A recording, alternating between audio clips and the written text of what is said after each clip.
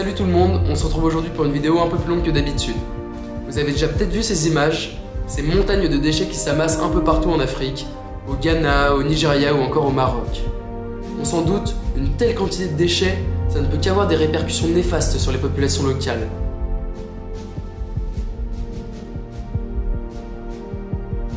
Pourtant, dans la plupart de ces pays, les niveaux de production et de consommation sont moins élevés qu'en Europe ou aux États-Unis.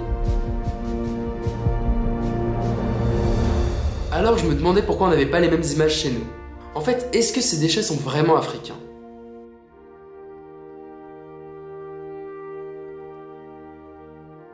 Dans cette vidéo, on va parler d'un trafic international aussi illégal qu'abject, mêlant mafia, gouvernement corrompu et entreprises sans scrupules. Ce trafic, il questionne notre rapport à la consommation et remet en cause notre modèle économique.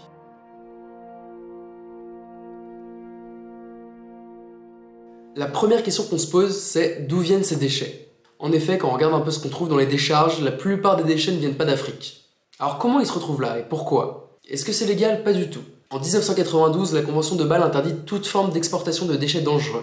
Sur le plan national, des régulations peuvent également renforcer ces accords pour limiter le trafic de déchets. C'est le cas de la Chine, qui en 2017 a cessé toute importation de déchets plastiques, et aussi de la Thaïlande, qui s'inscrit dans la même démarche en début 2023. Mais si c'est interdit, comment des ordinateurs européens se retrouvent dans des décharges ghanéennes?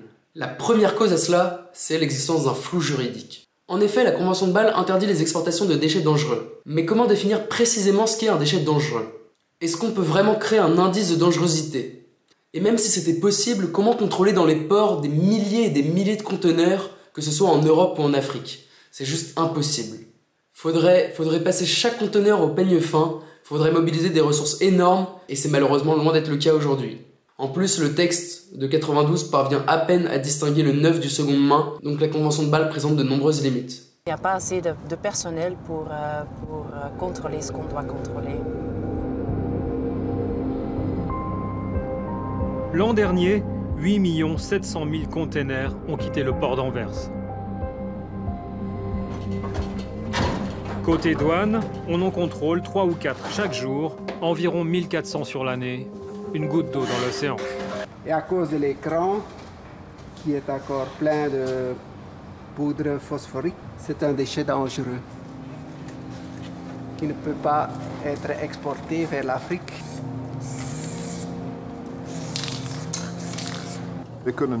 On ne peut pas tout contrôler.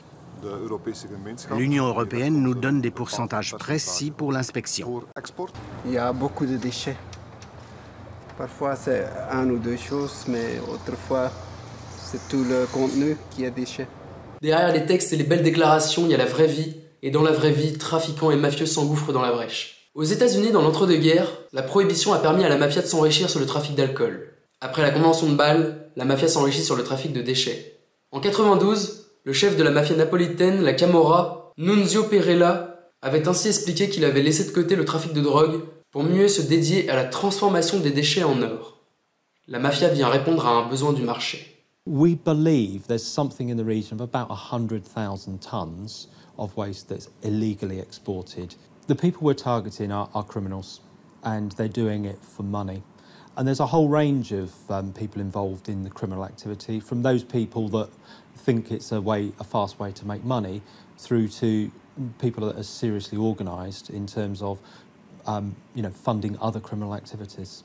Unfortunately, some people take the money pretending that they are going to recover the material, and then they might masquerade it as other goods and send it to a place in the world where it is cheaper to dispose of. Les entreprises polluantes veulent deux choses. La première, réduire les coûts engendrés par la nouvelle réglementation. La seconde, ne pas se salir les mains. Il faut préserver les apparences. Des réseaux mafieux se chargent alors de créer de fausses sociétés de recyclage, dont les coûts sont évidemment bien plus faibles que les vrais. Les entreprises sous-traitent alors la gestion de leurs déchets à ces fausses entités de recyclage, bien moins coûteuses, et tout le monde est content. La mafia s'enrichit, les entreprises polluantes peuvent continuer de polluer à moindre coût. Ce faisant, elles préservent leur niveau de compétitivité, et donc leur niveau de production. Elles n'ont pas à licencier, ce qui arrange les pouvoirs publics. Tout le monde y gagne, et en fin de chaîne, l'État est complice. L'Europe, lorsqu'elle reçoit des jeunes Tunisiens sur leur territoire, elle se bouche le nez. Par contre, lorsqu'elle déverse ses ordures sur le territoire africain, il n'y a pas de problème. Il faut que ça cesse. Oussem fait référence au scandale des poubelles tunisiennes, arrivées illégalement sur le sol tunisien en 2020. Le chargement de 213 containers bourrés de déchets. Les mafias comptaient les enterrer en Tunisie dans le plus grand secret. Ils repartent vers là d'où ils sont venus, le sud de l'Italie. 26 personnes sont poursuivies en Tunisie pour leur implication présumée dans l'importation illégale de ces déchets, parmi lesquels des cadres de la douane et l'ancien ministre de l'Environnement. Le gérant de la société importatrice, en fuite, avait signé un contrat pour l'élimination de 120 000 tonnes de déchets, équivalent à 5 millions d'euros.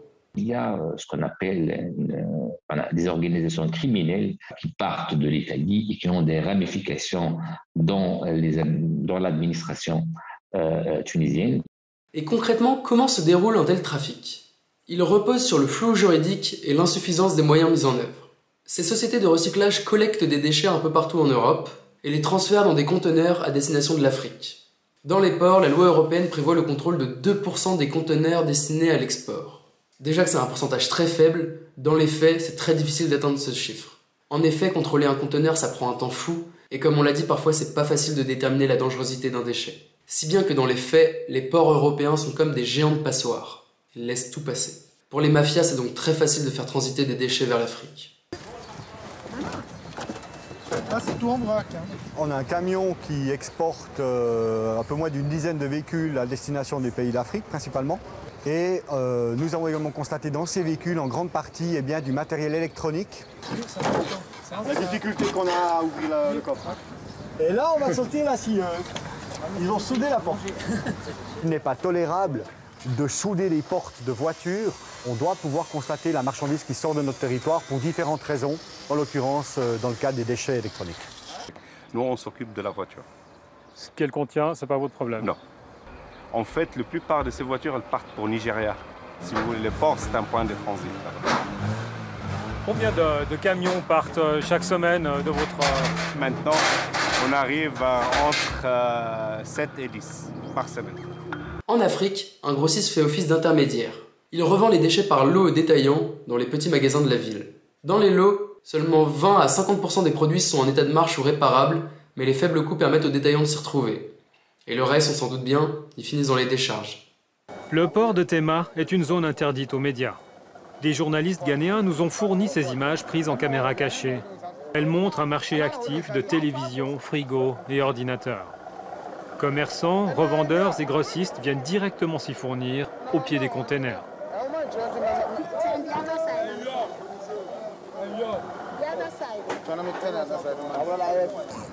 Très vite, toutes ces marchandises affluent dans les rues d'Accra en quantité sans cesse grandissante. Quand elles arrivent, certaines fonctionnent, d'autres pas. C'est une question de chance. Sur 30, il peut y en avoir 20 qui marchent et 10 qui ne marchent pas. Un autre schéma existe, encore plus cynique. Il exploite la naïveté de la loi. En faisant passer ces déchets pour des dons, ou en feignant de les remasteriser ou de les mélanger à des produits neufs concernant le textile, il est possible de faire transiter légalement ces déchets. Prenons l'exemple de Dell. Le constructeur a exporté des tonnes et des tonnes d'ordinateurs cassés à destination des écoles d'Afrique de l'Ouest en les faisant passer pour des dons. To donate computers and other accessories to my school to support IT education. And we were so happy because we needed these electronic equipment at that time. They paid for the full cost, 240-foot containers from Netherlands right down to my hometown, Ekropon, where I was teaching. When we were testing the computers before distribution, we noticed about 80% of them were not working. Dell ne se gêne pas du tout pour communiquer là-dessus et montrer qu'il œuvre à l'éducation des enfants en Afrique. This is our Legacy of Good area at Dell World, and it's one of the best spaces because it really highlights what we're doing to better the planet and to make our products more efficient for customers. Les déchets textiles représentent également un défi majeur. En 2019, le Kenya a importé 185 000 tonnes de vêtements d'occasion, dont 30 à 40% sans aucune valeur marchande. Chaque jour, 200 tonnes de déchets textiles, à savoir l'équivalent du chargement de 75 camions, finissent par être brûlés ou jetés dans des décharges comme celle de Dandora. Vous vous en doutez, les conséquences d'un tel trafic sont dramatiques. On en parle tout de suite. En soi, le commerce international s'est toujours fondé sur une spécialisation des économies. C'est la base de l'avantage comparatif de Ricardo, au fondement du libéralisme.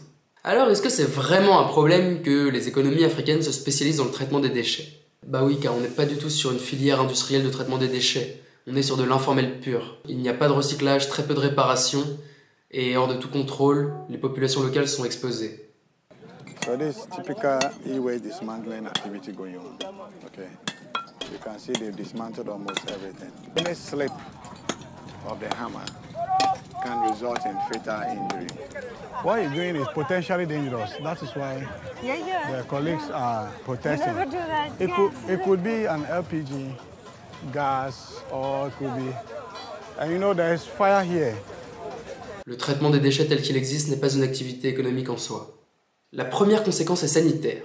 On l'a dit, en magasin, une fois que les détaillants ont fait leur tri, tout le matériel hors d'usage se retrouve dans les décharges à ciel ouvert. Là, un nouveau trafic se met en place, et il est absolument misérable. La population la plus pauvre parmi les pauvres se retrouve à arpenter ces montagnes de déchets à la recherche du moindre objet qui peut avoir de la valeur. Voilà. Combien peux-tu tirer de ça? Après en avoir ajouté, je pourrais le vendre. Il n'y a rien là-dedans. Mais là, j'ai quelque chose. Je suis arrivé au Ghana à l'âge de 5 ans avec mon père. Il m'a abandonné et je dois me débrouiller tout seul. C'est là que je dors. Le matin, je me lève pour aller au travail.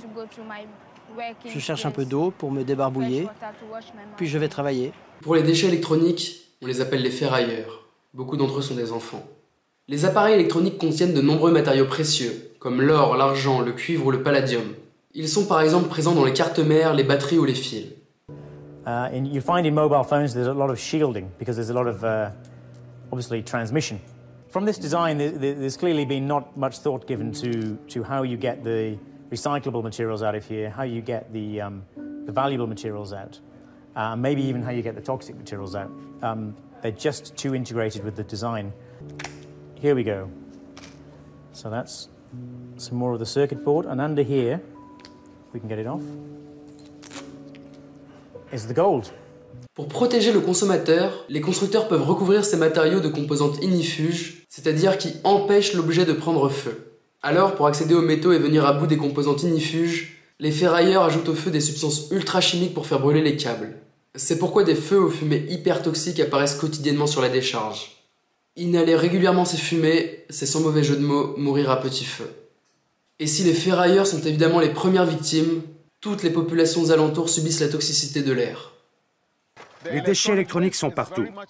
Alors il vient ici tous les jours pour casser les ordinateurs et les téléviseurs afin de retirer du métal et le vendre. Son cerveau, ses reins sont en plein développement. Et il est infecté par tous ces produits toxiques, ces métaux lourds. You don't perceive these metals as being something that you taste or anything.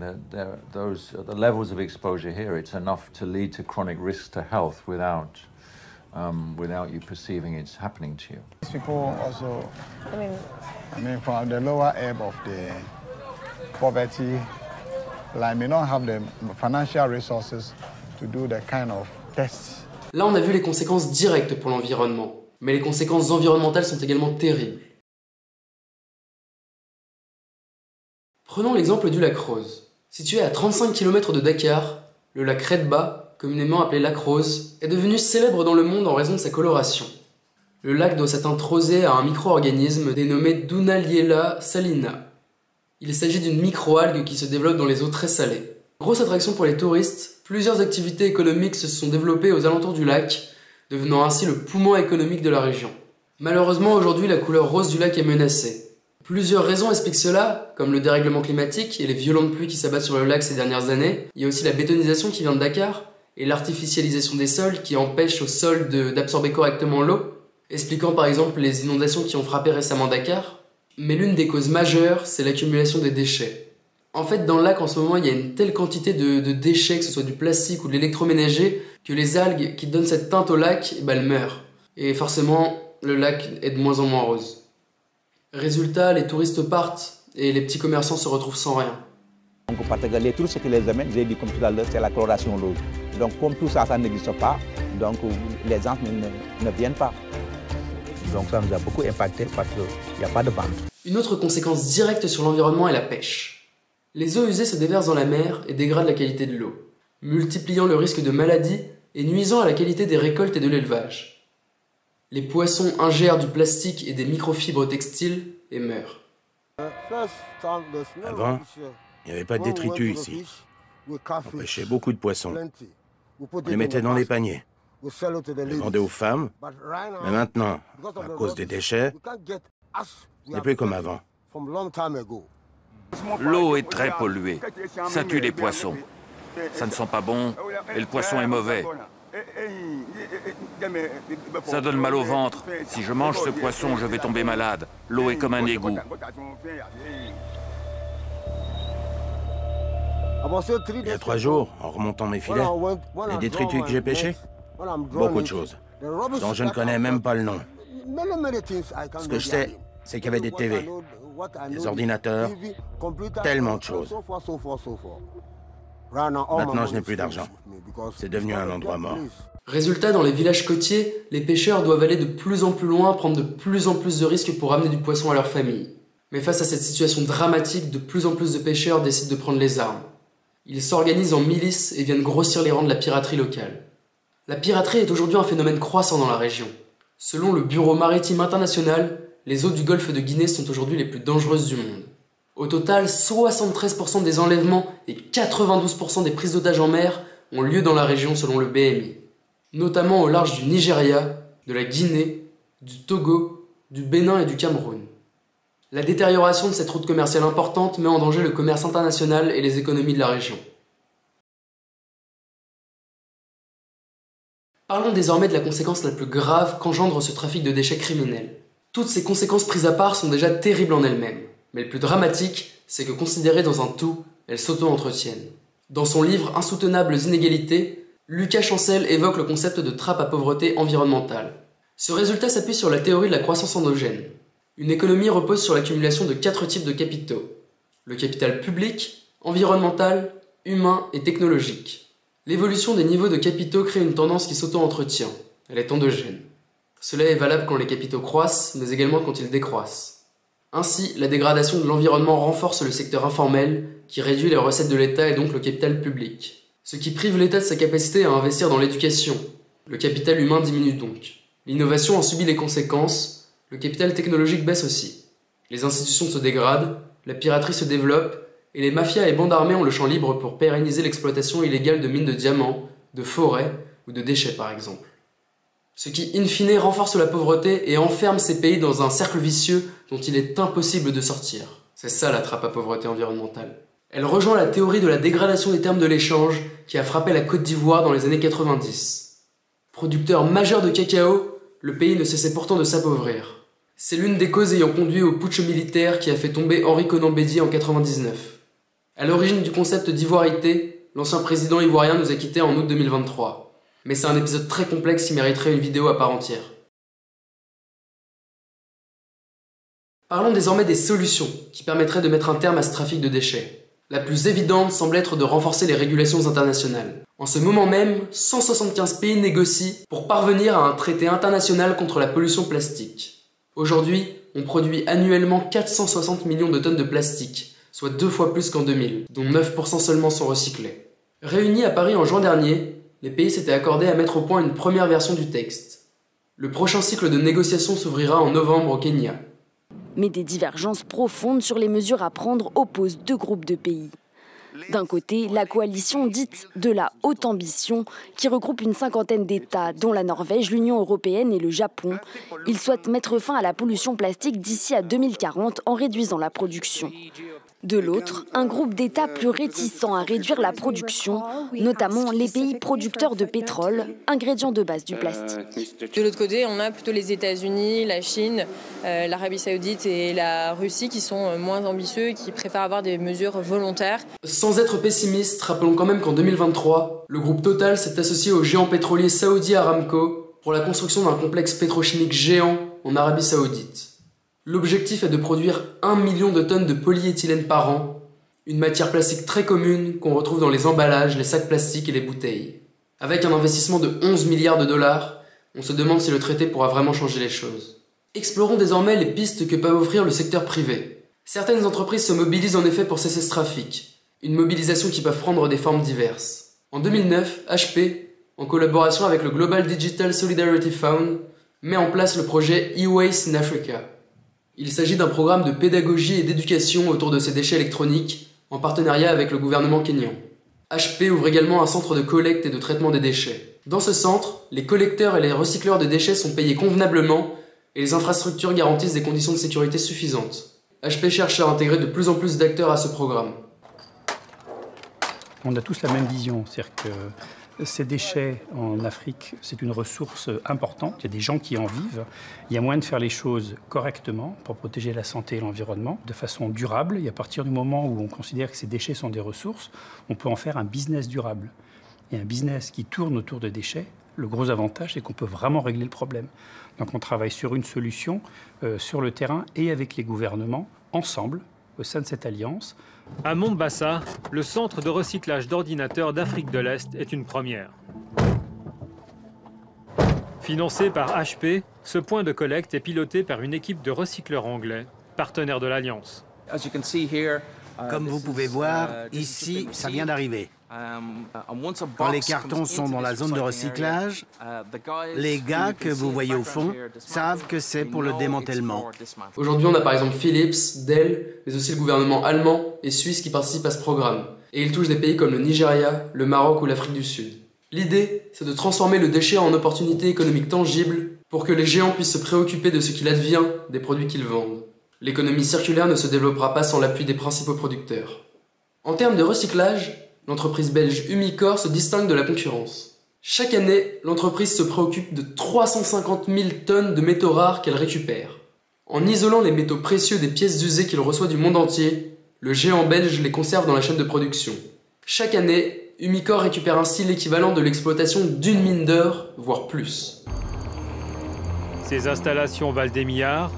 Il en ressort du platine, du rhodium, du palladium, de l'argent et bien sûr, de l'or.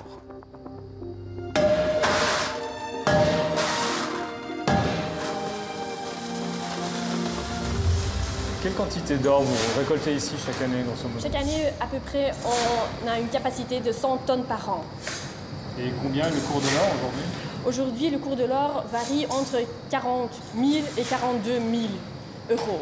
Le kilo? Le kilo, oui. C'est pour ça que c'est très rentable aussi de faire le recyclage de déchets électroniques, par exemple. 4 milliards 200 millions en une année, rien que pour l'or. Beaucoup mieux que ce qu'on extrait d'une mine. Sur un autre levier, on peut également parler de l'entreprise hollandaise Fairphone. Le fabricant se positionne sur le terrain de l'éthique et de la soutenabilité. La conception et la production des smartphones ont été pensés pour intégrer des contraintes environnementales et de commerce équitable tout au long de la chaîne de production. Les téléphones produits par la société présentent ainsi des logiciels ou des composants pouvant facilement être mis à jour ou réparés. My camera would have a problem, then after some diagnosis has been done, I could just get a new camera, and with a simple Phillips screw, you would be able to just remove your camera. Mais au-delà des impulsions gouvernementales bien trop souvent superficielles et des initiatives privées sporadiques, notre modèle doit être repensé dans sa globalité. Dans les années 50, les sociétés occidentales plongeaient dans la consommation de masse. On en était au stade d'un marché d'équipement. To live what was called the good life. Il n'y avait pas de micro-ondes dans la cuisine, on en achetait un. Pareil pour la télé ou le lave-linge. Les débouchés étaient immenses pour les entreprises, vu que tous les ménages qui faisaient grossir les rangs d'une classe moyenne naissante devaient bien finir par s'équiper. You can own your own home, complete with its own refrigerator, television set and clothes dryer. Mais une fois que tous les ménages avaient ce qu'il fallait, comment assurer de nouveaux débouchés et la croissance de la production? En incitant les ménages à remplacer leurs objets. C'est ainsi que d'un marché d'équipement, on est passé à un marché de remplacement. Un moyen évident, c'est de présenter un nouveau produit, innovant, amélioré. Mais pour accélérer le remplacement et s'assurer des débouchés infinis, les entreprises ont trouvé encore mieux. Quoi de plus simple que de vendre au consommateur un produit dont la durée de vie a été limitée par le constructeur lui-même? C'est le début de l'obsolescence programmée. Le premier cas remonte à 1924 aux États-Unis. Philips, General Electric et d'autres entreprises se réunissent pour faire barrage à l'innovation et s'assurer de la durée de vie limitée des lampes à incandescence qu'ils vendaient. Ce regroupement fut connu sous le nom de cartel de Phébus. Les fabricants, sous la pression du cartel, vont alors mener des expériences pour concevoir une ampoule plus fragile et conforme à la règle des 1000 heures. La production était rigoureusement contrôlée pour s'assurer que les membres du cartel respectaient bien la norme. Dans les années 40, le cartel a atteint son but. La durée standard d'une ampoule est désormais fixée à 1000 heures.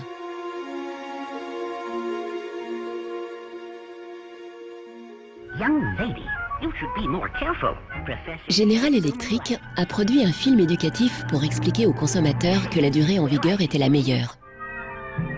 Just look at that filament. How long a light bulb lasts depends largely on how hot the filament is burned. Aujourd'hui, l'obsolescence est une pratique généralisée par les constructeurs. Une pratique abjecte, cynique, qui pousse à consommer toujours plus en institutionnalisant le gaspillage, le gâchis à grande échelle. Si une forme de rationalité économique existe, cette pratique est un non-sens absolu sur le plan environnemental et des associations œuvrent à son interdiction totale. C'est le cas de l'association française HOP, Halte à l'obsolescence programmée. En 2020, HOP avait obtenu la condamnation d'Apple à 25 millions d'euros d'amende dans le cas de l'affaire Batterygate. Apple était accusé d'avoir bridé volontairement les performances des iPhones, en particulier l'autonomie, pour inciter au rachat de nouveaux modèles. Et le géant avait fini par reconnaître qu'il bridait les performances de ses anciens modèles. Apple présente ses excuses pour avoir délibérément ralenti les performances de ses iPhones. HOP a de nouveau attaqué Apple en 2022 pour entrave à la réparation. Très récemment, en mai 2023, le parquet de Paris a annoncé l'ouverture d'une enquête visant les pratiques commerciales d'Apple. Mais dans l'évolution de ce paradigme économique, l'État a un rôle essentiel à jouer. La loi relative à la lutte contre le gaspillage et à l'économie circulaire, ou loi AGEC, entend accélérer le changement de modèle de production et de consommation. C'est d'abord sortir du plastique jetable, en vendant davantage de vrac dans nos magasins, et des informations sur les émissions de gaz à effet de serre de nos consommations Internet et mobiles. C'est lutter contre le gaspillage de nos ressources en interdisant l'élimination des invendus non alimentaires comme les vêtements ou les produits électroniques, mais aussi en permettant la vente de médicaments à l'unité. La loi pose un objectif de 100% de plastique recyclé d'ici 2025, ainsi que la fin de la mise sur le marché d'emballages en plastique à usage unique d'ici à 2040.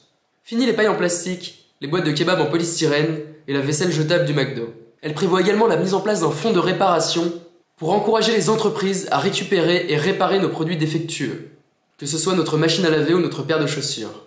Ce fonds repose sur un réseau de réparateurs labellisés devant garantir aux consommateurs une réparation de qualité. Un bonus réparation permet également de lever le frein budgétaire et inciter le consommateur à changer ses habitudes de consommation pour développer l'économie circulaire.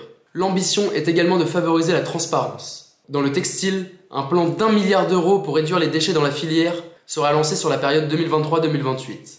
La première de ces mesures obligera les fabricants de textiles à étiqueter un éco-score sur leurs produits, sur le même principe que le Nutri-Score. Elle proposera une notation de A à E en fonction du cheminement et de l'impact du vêtement sur l'environnement. Elle devrait être opérationnelle d'ici fin 2023. Et finalement, c'est à notre échelle qu'on doit pousser au changement. La raison d'être de l'offre, c'est de s'adapter à la demande. Et la demande, c'est nous. Nous sommes donc les vrais acteurs du changement. On a parlé de l'obsolescence programmée, mais cette obsolescence peut également être psychologique. On pense qu'un produit n'est plus assez bien, plus vraiment d'actualité, alors qu'il fonctionne encore, et on en achète un autre. Évidemment, tout l'art du marketing repose sur la création de l'illusion d'un besoin par les marques pour nous inciter à consommer. En ce sens, le marketing est la fabrique de l'obsolescence psychologique. With a massive camera upgrade, the A16 Bionic chip, and never before seen display technology. Mais le consommateur est tout de même responsable. Continuons sur l'exemple du textile. Zara présente une nouvelle collection toutes les 2 semaines, faisant passer la précédente pour désuète. Les conséquences d'un tel modèle, celui de la fast fashion, sont dramatiques. Rappelons que pour fabriquer un jean, il faut 7000 litres d'eau en moyenne. 4% de l'eau potable sur Terre est destinée à la production textile. Rappelons qu'un Français achète en moyenne 30 kg d'habits par an, dont près d'un quart qu'il ne portera pas plus d'une fois, pour seulement 2,5 kg qui seront donnés, revendus ou recyclés. Rappelons finalement qu'à lui seul, Shein serait responsable de 22% des émissions carbone des adolescentes. selon une étude publiée par Teenage Lab en mai 2023. L'an dernier, Greenpeace en Allemagne a analysé une cinquantaine de vêtements de la marque. 15% contenaient des substances chimiques au-dessus des doses autorisées, susceptibles d'altérer la fertilité. Derrière un Black Friday, il y a donc un gaspillage d'eau immense, des décharges à ciel ouvert qui ruineront la vie de gens dont l'existence est déjà misérable, une pollution des sols incommensurable qui mènera à terme à des famines et des guerres. Il ne s'agit pas de s'autoflageller, mais simplement d'être conscient des implications de notre modèle. C'est un premier pas pour questionner ce modèle, ses pratiques, et pourquoi pas commencer peu à peu à les modifier. On pourrait aussi parler des accords multifibres qui ont pris fin en 2005. Ces accords dérogatoires ont été conclus entre les pays en développement et les pays développés, et fixaient des quotas d'exportation par pays et par produit. Ils visaient à protéger les industries textiles des pays développés de la concurrence des pays à bas salaire. 2005 a donc été un tournant dans l'histoire de la fast fashion. Ce n'est pas un hasard si 100 milliards de vêtements sont vendus chaque année dans le monde, 2 fois plus qu'en 2000. Les pays développés se retrouvent en concurrence avec des pays dont les normes sociales et environnementales sont quasi inexistantes, où les normes de sécurité sont dérisoires et où le salaire minimum n'existe pas. Désindustrialisation et chômage sont les conséquences directes de cette concurrence déloyale sur fond de dumping social. Mais les travailleurs des pays en développement restent les premières victimes. Au-delà de l'exploitation, pour ne pas dire l'esclavage dont ils sont victimes, on assiste régulièrement à des catastrophes humanitaires, comme celle du Rana Plaza en 2013. Au Bangladesh, ce bâtiment abritait dans des conditions terribles des travailleurs qui confectionnaient des vêtements pour Mango ou Primark. Il s'est effondré, faisant 1130 morts. Concernant nos appareils électroniques, on peut également parler des mines dans lesquelles sont extraits les composants essentiels à leur fabrication. Souvent, ces mines sont aux mains de chefs de guerre qui font travailler des enfants. En 2015, les minerais de sang comme on les appelle, alimentaient financièrement 27 conflits armés en Afrique. Depuis 25 ans, le Kivu, situé dans l'est du Congo, est plongé dans la peur et le chaos. Ex-génocidaires rwandais, groupe rebelle soutenu par le Rwanda comme le M23 et milices congolaises d'autodéfense se livrent une guerre sans merci sur fond de violence extrême. Viols, mutilations et massacres sont leur lot quotidien. Cette guerre aurait fait 6 millions de morts depuis 25 ans. Et la raison est simple, au Kivu, on trouve du coltan. 80% du coltan mondial se trouve dans l'Est congolais. Et sa valeur est immense, car il est essentiel à la fabrication de nos téléphones, ordinateurs et consoles de jeux. Selon les ONG, 40 000 enfants travaillent dans ces mines. Les agriculteurs des deux Kivu se retrouvent persécutés et chassés, et la militarisation de l'économie engendre la commercialisation de la violence. Des milices proposent leurs services pour terroriser, torturer, violer. La haine interethnique est érigée en vitrine pour justifier ce conflit, mais la réalité est tout autre. Elle sert la concurrence commerciale. Il n'y a pas que les ouvriers que le colonel Sami terrorise. La mine est un pactole estimé à 4 milliards de dollars et il est prêt à tout pour défendre son trésor. Ici travaillent des milliers d'ouvriers, sous l'œil vigilant des soldats de la 85e brigade. Les mineurs, très jeunes, plongent dans des trous creusés à la main, sans aucune protection. Ils restent au fond 48 heures au minimum, pour un salaire misérable, 5 $ par jour. Et toi, le blanc ? Le cas du colonel Sami n'est pas isolé. Au Nord Kivu, plusieurs zones minières sont sous le contrôle de bandes armées et c'est ainsi qu'elles financent leur guerre. Dans un rapport récent, l'ONG internationale Human Rights Watch affirme qu'une reprise en main des sous-sols par les autorités mettrait fin au conflit. Mais dans un pays où l'État est inexistant, les seigneurs de guerre surpuissants et les richesses inépuisables, le cocktail est explosif. Tant que les millions de dollars des minerais couleront à flot, la guerre n'est pas prête de s'arrêter. Pour toutes ces raisons, un changement de modèle s'impose aujourd'hui. Que ce soit sur le plan environnemental, social, économique ou tout simplement humain, notre modèle a montré ses limites. Les symptômes sont bien souvent invisibles, relégués à quelques milliers de kilomètres de chez nous. Mais les drames quotidiens qui procèdent de notre paradigme économique sont bien réels. Chaque jour, notre responsabilité de consommateur est engagée. Refusons d'être complices et soyons les acteurs du changement.